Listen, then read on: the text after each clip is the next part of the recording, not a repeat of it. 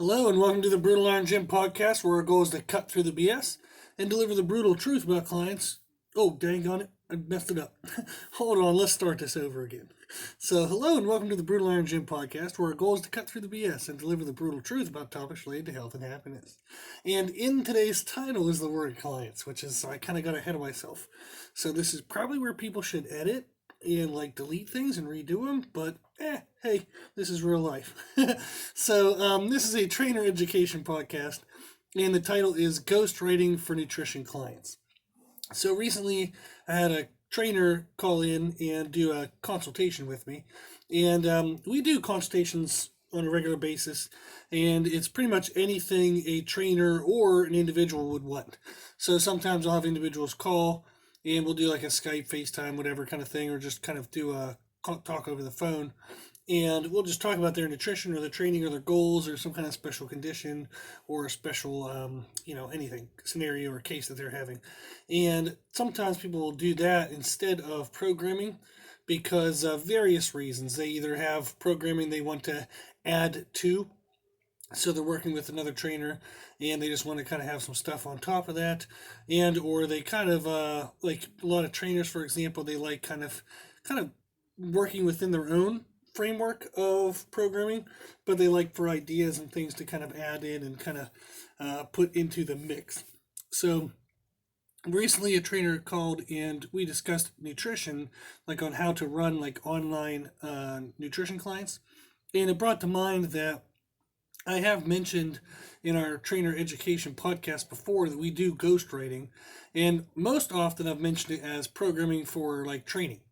So we do ghostwriting for trainers where if they have a client who has maybe a special scenario or special need that the trainer doesn't quite feel confident to cover, but they don't want to lose the person as a client, we would offer our services to help ghostwriting. And what we call, that's basically a term we made up where we help the trainer write the programming, but the client never knows about it.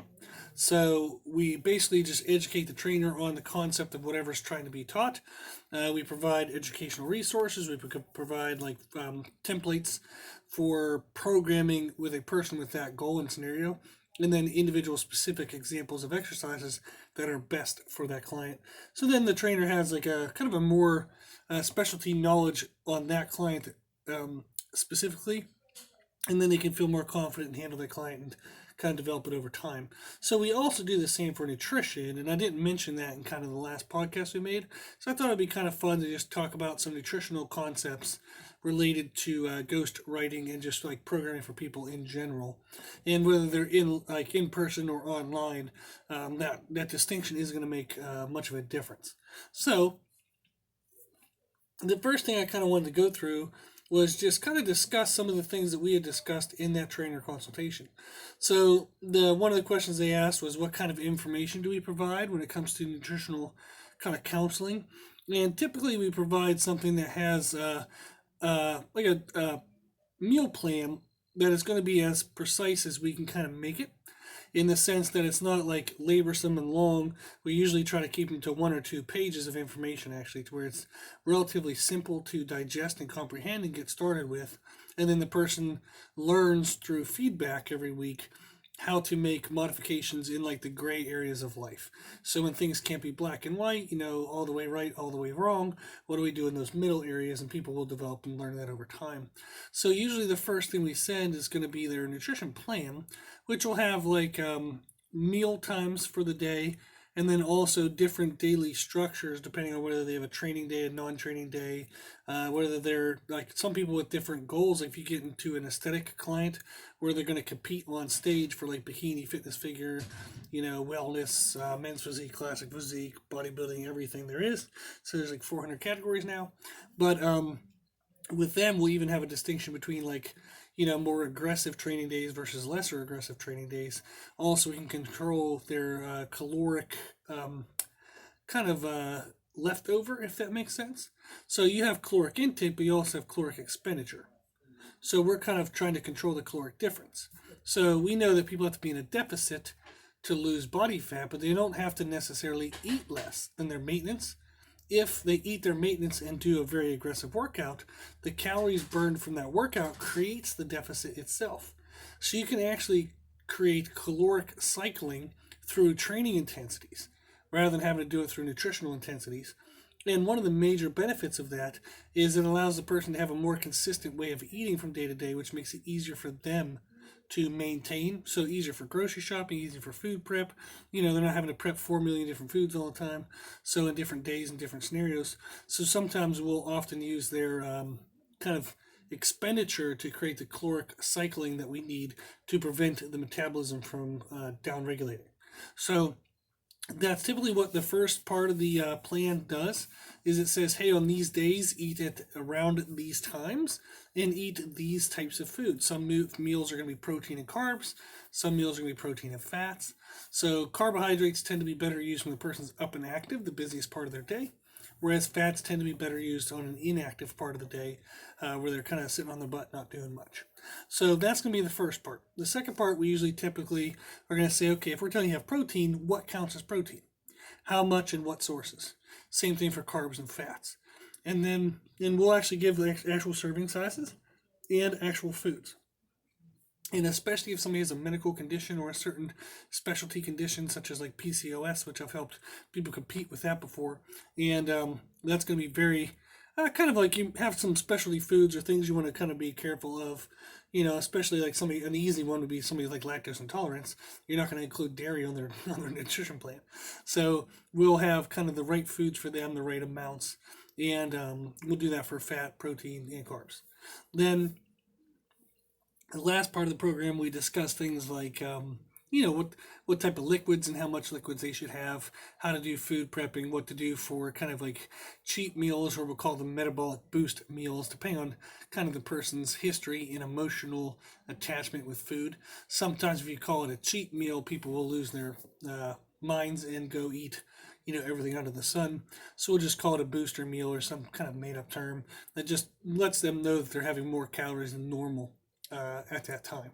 So that's essentially the first thing we would send when we do programming for people, nutrition wise, is as concise as we can, but not losing any necessary details. Send them a meal plan. And then the next question was like, how often do you kind of handle check-ins? And I prefer to do it every week. And the person can text me if they have like an emergency or something they need. But texting is, in my opinion, a little bit more invasive in terms of mixing business and personal life and having that sensation of anxiety and pressure on you as a trainer. So I like email because it just feels kind of less pressure to get back to it. And like, for example, if I'm wanting to stay connected with loved ones, parents, spouse, friends, they're going to most often text. So you're going to have a mix of kind of loved ones and spouses mixed with clients, and that can become kind of overwhelming. So back when I was kind of first learning how to do all this, I'd have like 20, 30, 40 texts a day, and it was just ridiculous trying to like sort out through everything, and it kind of felt a lot of pressure. Whereas with emails, it kind of creates a separate area from work and personal. And then obviously you can turn off notifications of emails and only check them certain times of the day whenever you want. So we typically check in once a week via email. We'll do like voice messages back and forth. Like that's easy to do for really complex information or more volume of information. Every once in a while I'll do phone calls or kind of Skype, like face to face. But I tend to do mostly email and kind of written communication. So the hard part with Skype and face-to-face stuff is you both have to be exactly where you're supposed to be at the exact right time. So if you check in on a Monday morning or Tuesday morning or weekday, it's not so bad. But if the person wants to go through their week and then learn what to do for the next week, I'll typically have them send reports on Fridays and Saturdays. I send to replies Friday, Saturday through Sunday, and then they can figure out what to do on Monday. And on Saturday and Sunday, for example, I like kind of just intermittently getting it in throughout my family and social events, personal events. Whereas if you had to schedule Skypes and stuff, it feels like a work day more than a weekend. So that's how we typically do check-ins, is once a week. Now you can have your clients check in on Mondays, for the previous week, then you can send them information. But if you don't get that information until Tuesday or Wednesday, they kind of are already through that week, and they won't be able to apply the lessons you send them until the following week. So you're always going to be sending them lessons and responses to their life situations a week late. So it's kind of a fine line finding the balance that works best for you, but that's one example. So the other things we talked about was delivering content is doing it through, like I tend to do it through Microsoft Word, but you can do it through really any medium whatsoever. So whatever is easiest for you and the client. So that's kind of the first thing we do is we go through and kind of talk about the structuring, communication, expectations between yourself, the client, what kind of measurements should you do if you're going to do measurements, do you do skin fold, do you do body part measurement, do you do, body weight, depending on the person's individual goals, their mindset, yada, yada, yada. And it kind of is specific to each person. So sometimes we'll just do that in the consultations based on whatever that person needs. So the other thing we kind of think through is we go through what kind of questions we ask our nutrition clients.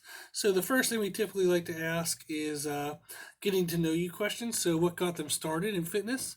And it helps to understand their background and their mindset so that we can get a more personal feel for the programming.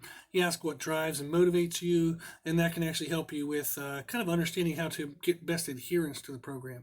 So if you know what motivates them, you can use that to motivate them. So it makes sense, right?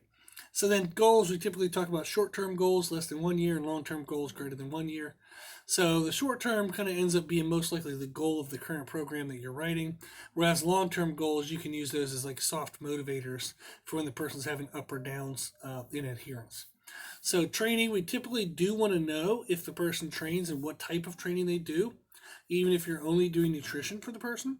It allows you to set up training and non-training days as needed, depending on the person's goals, and to see what type of training they do, because it helps you decide on what type of nutritional kind of adjustments you need to make based on that. So if somebody does like really high intensity cardiovascular training, that's going to be a different kind of feeding schedule or feeding response than somebody who does, say, really heavy resistance training, but only 2 or 3 times a week. So it's really going to modify a little bit about how you write the food up per day, depending on the type of training they do. So if somebody gets up and they say, yeah, I work out in the mornings and it's really just 30 minutes walking on a treadmill, that ain't nothing. So you're not going to merely make an adjustment for that at all. So it also helps to know the time of the days they train as well, because you can kind of get your caloric distribution based around those times. So you have the better matching of meal timing, so their caloric intake to their caloric usage. And that just equals a leaner physique and better energized for the workouts. So then we typically ask them if they want to include any type of educational information for training. And if they do, we turn them on to the podcast, and we also turn them on to some books and resources that we have given to interns and beginning trainers in the past and currently. So nutrition questions, ask if they have any allergies.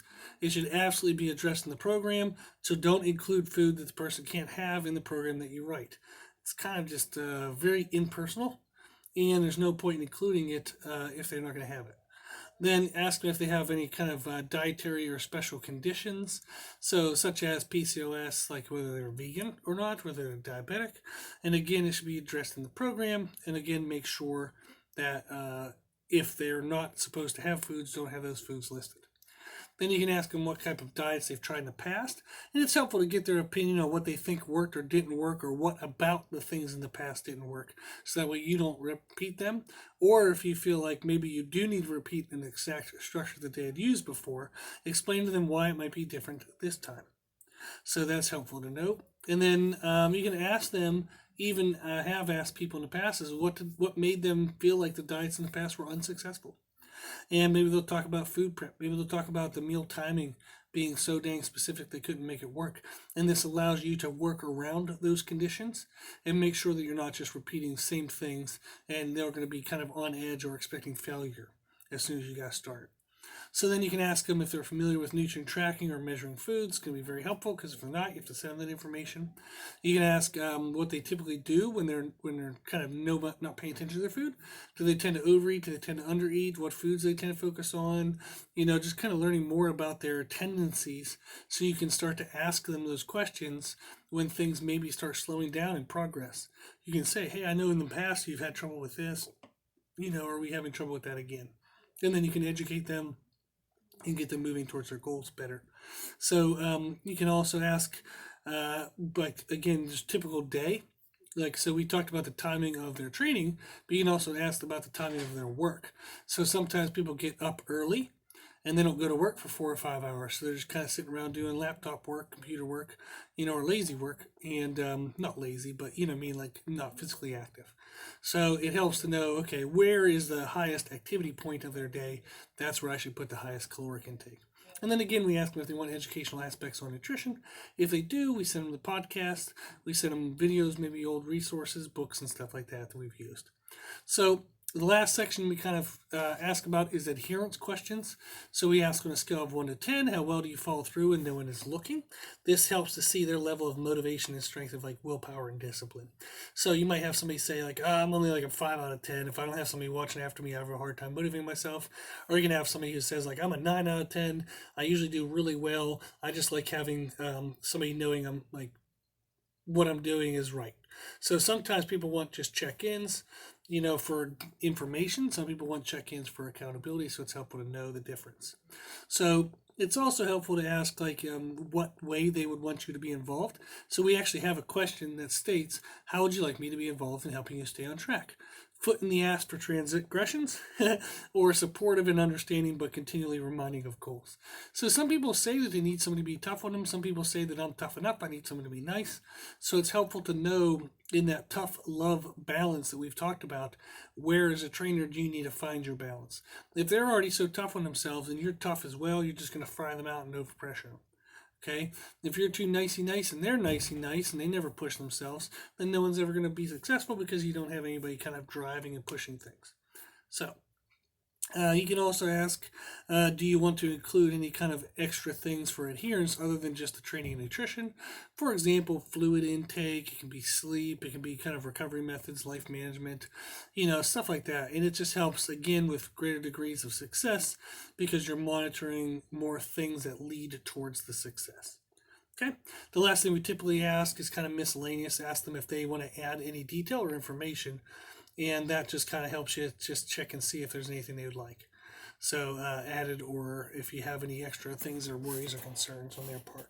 So this is stuff that we typically will do for our nutrition clients. So if you're a trainer and you do nutrition work with people, these are good questions to consider. Okay. And then also making your program concise and super personal. So again, don't send people programs of foods they can't eat. You look like a jackass. So you're going to look like you don't even care and you just copy and pasted it. So, which is probably what you did if you do that. So make sure you take some time, personalize the plan. If people are going to pay you for a personalized plan, make sure it's personalized. So I know tons of trainers, unfortunately, who advertise things as being personalized and they just copy and paste, and it's bullshit. So don't do that. And chances are, if you're taking the time to listen to this podcast, you wouldn't want to do that. You won't be that person anyhow. Okay. So but that's typically it. So what we also do is we kind of talk about different types of service options that we offer. So to give the trainer some ideas on how they can offer the services, we share with our trainers like our kind of adherence charts. So what we track and how we ask the clients to check in with us. And we have many dozens of podcast supports for various questions that clients might ask. So, why is my food this way? What if I change that? So we talk about like self-punishment cycles where a person overeats, undereats. We talk about how to explain weight loss not being a linear process. So you're not just going to lose a pound a week. So you might lose that on average, but you're not going to lose it every single week. We talk about how training with resistance training can be helpful for muscle damage to create caloric expenditure in recovery, which helps towards fat loss. So why they must need to lift weights to help fat loss. And we have a whole bunch of other kind of podcast help where it just talks about like even sugar-free foods, alcohol, stuff like that. So tons and tons of information.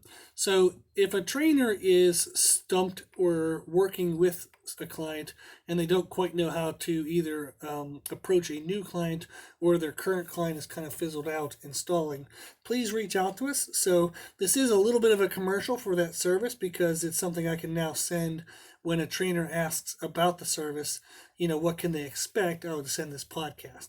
So they're going to expect to get everything they need. So we're going to help them write a specific nutrition plan for their client if they have an individual client need. And we'll also help you write kind of generic templates. So also, it's kind of whatever you need. So if you have a person with PCOS, maybe arthritic conditions like Hashimoto's disease, rheumatoid arthritis, Crohn's disease, diverticulitis, any of that stuff, we've helped people with all of those conditions and many more. So if you need any help, especially people competing, so if you want to help a client do like a strength competition or an aesthetic competition, and you want to know how to work the nutrition aspect of that, please reach out to us and we're always happy to help, okay? So if you're a trainer and you're looking for nutrition support, who can I learn from? How can I get precise, concise information? You'd reach out to us and we'll be happy to help, okay? If you're an individual and you happened to stay with this podcast the whole time, I'm not sure if it was super interesting at all, but if you would like some nutritional help, of course, we're happy to help individuals as well. So I do hope that to anybody who listened in on this, that it was some benefits, okay? And if you're interested in the service, please reach out to us. Our email is brutalironGym@gmail.com, and we'll always, always, always be happy to help. No matter what your questions are, we will get you the answer, whether it's from ourselves or from somebody else. But we'll go get you the answer, and we'll make sure it's true. We'll make sure it's a good answer. Okay? Cool. So thank you for listening. If you like the podcast, please share it with family and friends. The more people we help, the happier the world will be. Also, if you like this information, you can find more from us on Instagram, Facebook, and Twitter at Brutal Iron Gym. And if you have any questions, feedback, or suggestions, we'd love to hear from you. The podcast is for you, so we want to know what you want to learn about. You can tell us at our email at brutalirongym@gmail.com. As always, I hope this was helpful, and thank you for listening. And thank you for watching.